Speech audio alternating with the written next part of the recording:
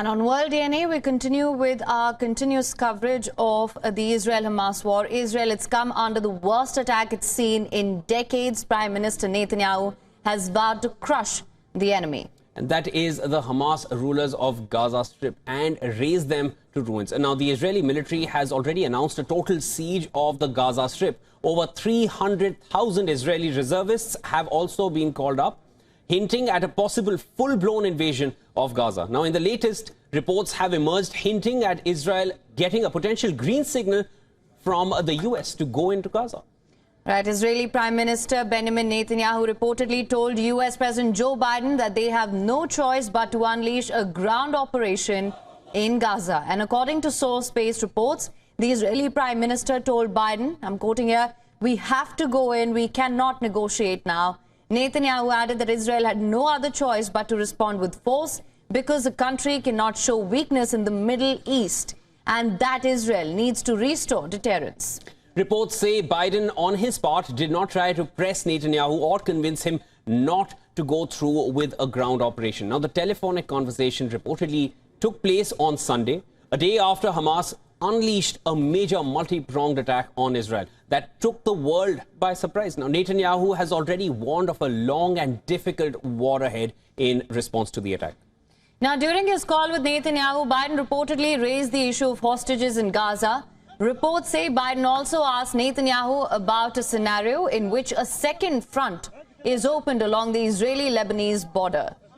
Now, a green signal from the US was crucial in deciding the course of the war. Washington has already announced sending a carrier strike group near Israel. Military aircraft are also headed to Israel, near Israel, with munitions. But US officials have not specified the number and the types. Now, while the White House maintains that it won't send troops into Israel, though.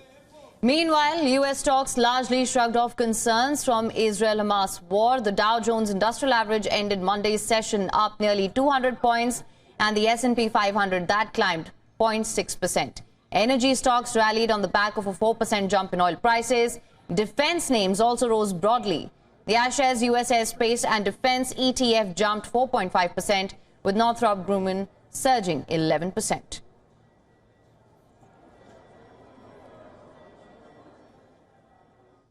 All right, for more on this, we're being joined by Jason Greenblatt, who's a former chief legal officer to Donald Trump and his advisor in Israel. Welcome to the broadcast, sir. Having me. Mr. Greenblatt, let's start with this. To begin with, what is your assessment of the talks between Benjamin Netanyahu and President Joe Biden? What does the green signal here implicate? Well, first of all, I don't think Israel needs a green signal from the White House. I do think President Biden has been very strong in his condemnation of the attack and telling Israel that he and the United States will do anything and everything they need to do for Israel. I hope that he will carry that out. But Israel does need to do whatever it needs to do. They were invaded by terrorists, by nearly 1,000 terrorists who broke through a fence, who came in through hand gliders, who went apartment to apartment, killing mothers and fathers and grandparents and children, killing concert goers, all civilians, grabbing them, bringing them back. They killed about 900 people at the latest count.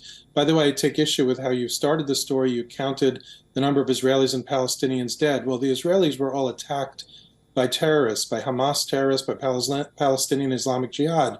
The Palestinians who died were either the terrorists themselves or deaths because Israel is now retaliating for this atrocious, atrocious attack.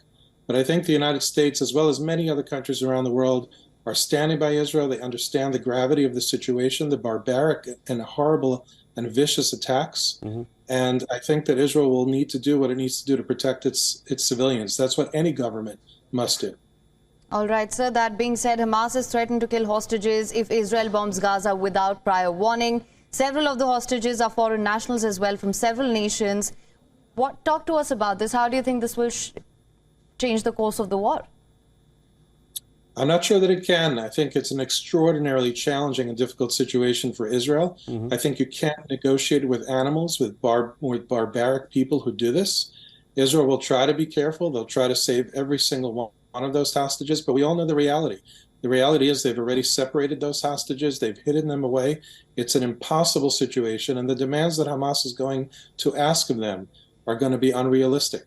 Israel can't sit idly by and let Hamas continue to attack them. Even today, there were more attacks. So while Israel will do whatever it can to save the hostages and spare them and hopefully rescue them, perhaps even with the help of the United States, they just can't not defend themselves. No country would do that. Mr. Greenblatt, Hamas said that the group is open to discussions over a possible truce with Israel, having achieved its targets. So I just wanted to take your thoughts on this. What do you think Hamas has achieved with this entire operation? And also, is there truce anywhere on the cards in the near future or in the far future?